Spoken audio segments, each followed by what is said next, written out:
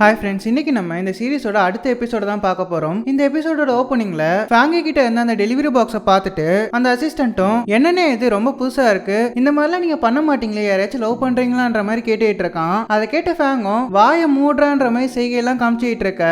அதை பார்த்து அந்த அசிஸ்டன்ட்டும் அதானே பார்த்தேன், நீங்க இந்த மாதிரி புதுசு புதுசா பண்ணும்போது எனக்கு ஒரே டவுட்டா வந்துடுச்சு, நீங்க தான் பொண்ணுங்க கிட்ட பேசவே மாட்டீங்களே, எனக்கு தெரிஞ்ச வரைக்கும் அந்த ஹாங்கு கிட்ட மட்டும் தான் பேசிக்கிட்டு இருப்பீங்கன்ற மாதிரி சொல்லிக்கிட்டு இருக்கான். அதை கேட்ட ஃபேங்கும் ஏன் இப்படி சொல்ற, உனக்கு என்ன தோணுது, நான் அவளை லவ் பண்றேன்னு நீ நினைக்கிறியான்ற மாதிரி கேட்டுட்டு இருக்கான். அதை கேட்ட அந்த அசிஸ்டன்ட்டும் அப்பெல்லாம் ஒன்னும் இல்ல, நீங்களாச்சும் அவளை லவ் பண்றதாச்சு, அது மட்டும் இல்லாம அவளை பத்தி எனக்கு நல்லா தெரியும், அவளுக்கு உங்களை மாதிரி ஆளுங்களை பிடிக்காது, போட்டோ மாதிரி ஆளுங்களை தான் பிடிக்கும்ன்ற மாதிரி சொல்லிக்கிட்டு இருக்கான். அதை கேட்ட இந்த ஃபேங்கும் உனக்கு எப்படி அது தெரியும், நீ அதுக்குள்ள அவ கூட இவ்வளவு க்ளோஸ் ஆயிட்டியான்ற மாதிரி கேட்டுட்டு இருக்கான். அதுக்கப்புறமா நான் அந்த போட்டோவை விட ஹேண்ட்ஸமா தானே இருக்கேன், என்ன எப்படி அவளுக்கு பிடிக்காம போச்சு, அவளுக்கு ஏன் இவ்வளவு மட்டமான டேஸ்ட்ன்ற மாதிரி சொல்லிக்கிட்டு இருக்கான். அதை கேட்ட அந்த அசிஸ்டன்ட்டும் ஆமா ஆமா, இந்த உலகத்திலே நீங்க தான் ரொம்ப ஹேண்ட்ஸமான ஆளு, பழங்காலத்து ராஜாக்கள் கூட உங்களை பார்த்தா வெக்கப்பட்டு ஓடி போயிடுவாங்கன்ற மாதிரி சொல்லிக்கிட்டு இருக்கான். அதை கேட்ட ஃபேங்கும் சிரிச்சுக்கிட்டே போதும் நிறுத்துன்ற மாதிரி சொல்லிக்கிட்டு இருக்கான். அதுக்கப்புறமா ஹாங் என்ன பண்றான்னு சொல்லி கேட்க, அதை கேட்ட இந்த அசிஸ்டன்ட்டும் அது ஒன்னும் இல்ல, அவன் முதல்ல வீட்டுக்கு போய் எல்லா ஏற்பாடும் பண்ணிட்டு இருக்கான்ற மாதிரி சொல்லிக்கிட்டு இருக்கான். அதை கேட்ட ஃபேங்கும் ஓ அப்படியா,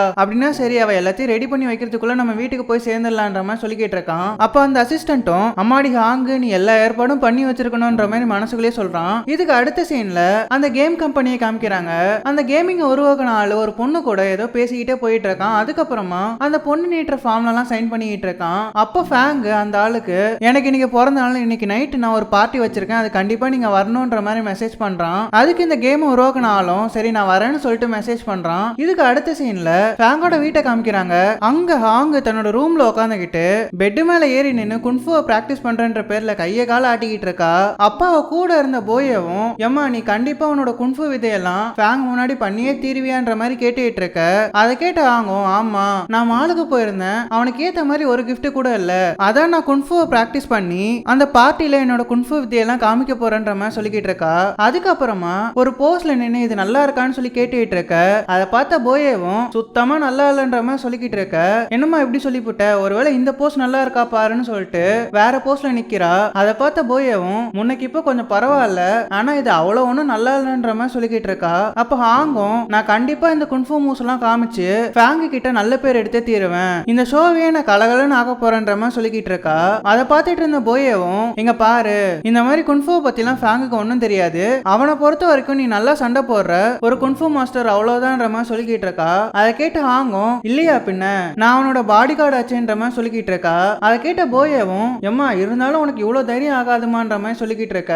அதை கேட்டு ஹாங்கும் பேன பல்ல காமிச்சிட்டே குன்ஃபு போஸ காமிச்சிட்டு இருக்கா. இதுக்கு அடுத்த சீன்ல ஃபேங் தன்னோட வீட்டுல தன்னோட பார்ட்டிக்காக எல்லாத்தையும் ஏற்பாடு பண்ணிட்டு இருக்கான். அவ அசிஸ்டன்ட் கிட்ட என்னெல்லாம் பண்ணணும்னு சொல்லி கொடுத்துட்டு இருக்கான். அப்போ கரெக்டா அந்த ஃபூட்டோவும் ஃபேங்கோட அக்காவும் அந்த இடத்துக்கு வராங்க. ஃபூட்டோ அவங்கிட்ட கிஃப்ட கொடுத்ததுக்கு அப்புறமா அவனோட அக்கா ஒரு பொக்கேவை எடுத்து அவங்கிட்ட நீட்ட.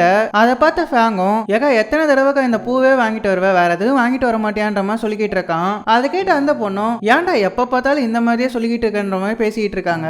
அதுக்கப்புறமா அந்த கேம் டெவலப்பரும் அந்த இடத்துக்கு வராரு. வந்து ஃபேங்குக்கு கிஃப்ட கொடுத்துட்டு அவனுக்கு ஹாப்பி பர்த்டே சொல்றாரு. அதுக்கப்புறமா ஃபேங்கி கிட்ட என்ன மன்னிச்சிருப்பா, எங்க கேம் கொஞ்ச நாளுக்கு முன்னாடி ஷடவுன் ஆச்சு, அதனால உன் வேலையிலயும் கொஞ்சம் தடங்கள் ஏற்பட்டுச்சுன்ற மாதிரி சொல்லிக்கிட்டு இருக்க. ஃபேங்கும் அதெல்லாம் ஒண்ணும் இல்லைன்ற மாதிரி சொல்லிக்கிட்டு இருக்கான். அப்ப ஃபேங்கோட அக்கா அது என்னவோ உண்மைதான், உங்க கேமால தான் ஃபேங்குக்கு மக்கள் கிட்ட ஒரு நல்ல ரீச் இருந்துச்சு, அது மட்டும் இல்லாம ஃபேங்கோ அந்த கேமுக்காக வேலை பார்க்கறத ரொம்பவே மிஸ் பண்றான்ற மாதிரி சொல்லிக்கிட்டு இருக்க. அந்த டெவலப்பரும் நீங்க ஒன்னும் கவலைப்படாதீங்க, கூடிய சீக்கிரமே நானும் என்னோட டீமும் அந்த கேம் விஷயத்தை சரி பண்ண பாக்குறோன்ற மாதிரி சொல்லிக்கிட்டு இருக்காரு. அதுக்கப்புறமா ஃபேங் அந்த டெவலப்பரை பார்த்து போட்டோவை காமிச்சு இவன் தான் என்னோட ஃப்ரெண்டு, ரொம்ப வருஷமா என் கூட ஃப்ரெண்டா இருக்கான், அது மட்டும் இல்லாம ரொம்ப நல்ல பையன்ற மாதிரி சொல்லிக்கிட்டு இருக்கான். அதுக்கப்புறமா அந்த டெவலப்பரை பார்த்து உங்களுக்கு என்னைக்காச்சும் இந்த டிவி பிலிம் சம்பந்தப்பட்ட விஷயத்துல ஏதாச்சும் பண்ணணும்னு தோணுச்சுன்னா நீங்க இவனை வச்சு பண்றதை பத்தி யோசிச்சு பார்க்கலான்ற மாதிரி சொல்லிக்கிட்டு இருக்க. அதை கேட்ட அந்த டெவலப்பரும் கண்டிப்பா இவ்வளவு ஃபேமஸா நிறைய ஃபேன்ஸ் இருக்கிற ஒரு ஆளை வச்சு ஒரு விஷயத்த பண்ண நான் ஏன் யோசிக்க போறேன்ற மாதிரி சொல்லிக்கிட்டு இருக்காரு. அதை கேட்ட ஃபேங்கும் அப்பெல்லாம் ஒன்னும் இல்ல, உங்களுக்கும் நிறைய ஃபேன்ஸ் இருக்காங்க, நீங்க இந்த வயசுல இவ்வளவு பெரிய கேம் டெவலப்பரா இருக்கீங்க, அது மட்டும் இல்லாம ரொம்ப அழகா வேற இருக்கீங்க, உங்களுக்கும் கண்டிப்பா நிறைய ஃபேன்ஸ் இருக்காங்கன்ற மாதிரி சொல்லிக்கிட்டு இருக்கான். அதை கேட்ட அந்த டெவலப்பரும் அப்பெல்லாம் ஒன்னும் இல்ல, எனக்கு எந்த ஃபேன்ஸும் கிடையாதுன்ற மாதிரி சொல்லிக்கிட்டு இருக்க. அப்ப போட்டோ அப்பெல்லாம் கிடையாது, இங்க இருக்க எல்லாருமே உங்க ஃபேன்ஸ் தான்ன்ற மாதிரி சொல்லிக்கிட்டு இருக்கான். அப்ப ஃபேங் எனக்கு இப்பதான் ஒரு விஷயம் ஞாபகம் வருது, என்னோட பாடி கார்டு கூட உங்களோட பெரிய ஃபேனு, நீங்க வேணா அவகிட்ட பேசி பாக்குறீங்களான்ற மாதிரி ஹாங்க கூப்பிடுறான். ஹாங்கும் அந்த இடத்துக்கு வந்து உங்களுக்கு ஏதாச்சும் வேணுமான்னு சொல்லி கேட்டுட்டு இருக்க. அப்ப ஃபேங்கோட அக்கா ஆனு இப்ப ஏன்டா நீ இவ்வளவு கூப்பிட்டன்ற மாதிரி சொல்லிக்கிட்டு இருக்கா. அதுக்கப்புறமா ஹாங்க பார்த்து சரி வந்ததான் வந்துட்ட, கிச்சனுக்கு போயிட்டு பழங்கள்லாம் கழுவி கட் பண்ணி எடுத்துட்டு வான்ற மாதிரி அவளை அமுச்சு வைக்கிறா. அதை கேட்டு ஹாங்கும் சரின்னு சொல்லிட்டு கிச்சனுக்குள்ள போறா. அதுக்கப்புறமா ஃபேங்கோட அக்கா ஃபேங்க பார்த்து நீ இவருக்கு வீட்டெல்லாம் சுத்தி காமின்னு சொல்லிக்கிட்டு இருக்க. அதை கேட்ட ஃபேங்கும் சரின்னு சொல்லிட்டு அந்த டெவலப்பரை கூப்பிட்டுட்டு அவனோட வீட்டுக்குள்ள போயிட்டு இருக்கான். அப்படி போய்கிட்டு அவன் வீட்டுல இருக்கிற பொருள், அவன் கையால செஞ்ச நிறைய பொருட்கள்லாம் காமிச்சிட்டு இருக்கான். அதுக்கப்புறமா அவன் வாங்கின அவார்ட்ஸ் எல்லாம் அவர்கிட்ட காமிச்சிட்டு இருக்கான். அந்த கேம் டெவலப்பரும் அந்த அவார்ட்ஸ் எல்லாம் பார்த்துட்டு இருக்கும் போது அங்க ஃபேங்கோட சின்ன வயசு போட்டோவை பாக்குறாரு. அதை பார்த்துட்டு ஃபேங்க கிட்ட நீ சின்ன வயசுல கூட ரொம்ப அழகா இருந்திருக்க, உண்மையை சொல்லணும்னா இப்ப விட நீ சின்ன வயசுல தான் ரொம்ப அழகா இருக்கன்ற மாதிரி சொல்லிக்கிட்டு இருக்க. அதை கேட்ட ஃபேங்க கிண்டல் பண்ணாதீங்க, அந்த போட்டோல என் கூட இருக்கிறவன் என்னோட சின்ன வயசு ஃப்ரெண்டு, அவன் என்னை விட அழகா இருக்கான்ற மாதிரி சொல்லிக்கிட்டு இருக்க. அதை கேட்ட அந்த கேம் டெவலப்பரும் எனக்கு ஒன்னும் அப்பெல்லாம் தெரியல, அந்த பையனை விட நீ தான் ரொம்ப அழகா இருக்கான்ற மாதிரி சொல்லிக்கிட்டு இருக்கான். அப்ப ஃபேங்கு நீங்க சும்மா சொல்றீங்க, அவன் என்னோட சின்ன வயசு ஃப்ரெண்டு, நாங்க 2 பேரும் எலிமெண்டரி ஸ்கூல்ல ஒன்னா தான் படிச்சோம், ஆனா அவன் சின்ன வயசுலயே ஸ்கூல் மாத்திட்டு போயிட்டான், அதுக்கப்புறமா நானும் அவனை பார்த்ததே கிடையாது, இந்த போட்டோ மட்டும்தான் அவன் ஞாபகமா இருக்குன்ற மாதிரி ரொம்ப வருத்தப்பட்டு சொல்லிக்கிட்டு இருக்கான். அதை கேட்ட அந்த டெவலப்பரும் நீங்க ஒன்னும் கவலைப்படாதீங்க, அந்த பையனுக்கு உங்களை கண்டுபிடிக்கிறதுல எந்த ஒரு கஷ்டமுமே இருக்காதுன்ற மாதிரி சொல்லிக்கிட்டு இருக்க. அதை கேட்ட ஃபேங்கும் ஆனா அவனை கண்டுபிடிக்கிறது எனக்கு ரொம்ப கஷ்டமான விஷயம்ன்ற மாதிரி சொல்லி ரொம்ப வருத்தப்பட்டு இருக்கான். இதோட இந்த எபிசோடு முடியுது. இதுக்கு அடுத்து என்ன நடந்துச்சுன்றத அடுத்த வீடியோல சொல்றேன். உங்களுக்கு இந்த வீடியோ பிடிச்சிருக்கும்னு நினைக்கிறேன். பிடிச்சிருந்தா மறக்காம லைக் பண்ணிடுங்க. நம்ம சேனலை சப்ஸ்கிரைப் பண்ணலனா சப்ஸ்கிரைப் பண்ணி பக்கத்துல இருக்க பெல் ஐகானை கிளிக் பண்ணி ஆல்ன்ற பட்டனை செட் பண்ணி வச்சுக்கோங்க.